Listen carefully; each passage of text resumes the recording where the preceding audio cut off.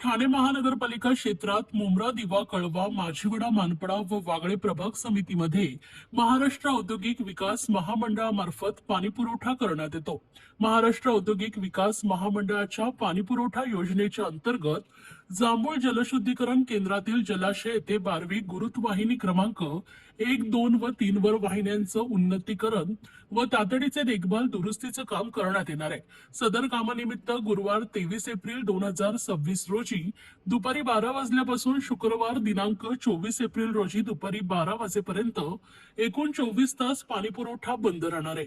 या शटडाऊन कालावधीत ठाणे महानगरपालिका अंतर्गत दिवा, मुंब्रा आणि कळवा प्रभाग समितीमधील सर्व भागांमध्ये व वागळे प्रभाग समिती अंतर्गत कोळशेत खालचा गाव येथील पाणीपुरवठा 24 तासांसाठी पूर्णपणे बंद राहणार आहे.